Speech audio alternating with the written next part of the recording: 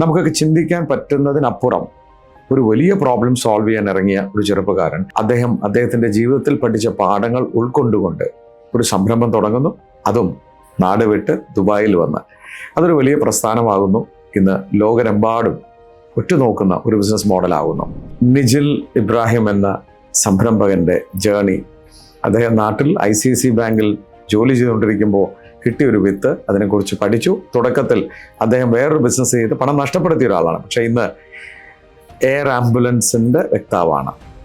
നാട്ടിൽ നിന്ന് ഇവിടെ വന്ന് നമ്മൾ ട്രാഫിക് സിനിമ കണ്ടപ്പോൾ നമ്മളൊക്കെ ത്രില്ലടിച്ചിട്ടുണ്ട്.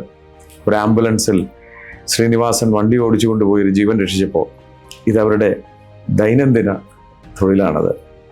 അവർക്ക് ത്രില്ലടിക്കുന്നത് ആ ഒരു പേഷ്യൻ്റ് അവിടെ എത്തിക്കുമ്പോഴല്ല, ബെഡ് ടു ബെഡ് സർവീസാണ്.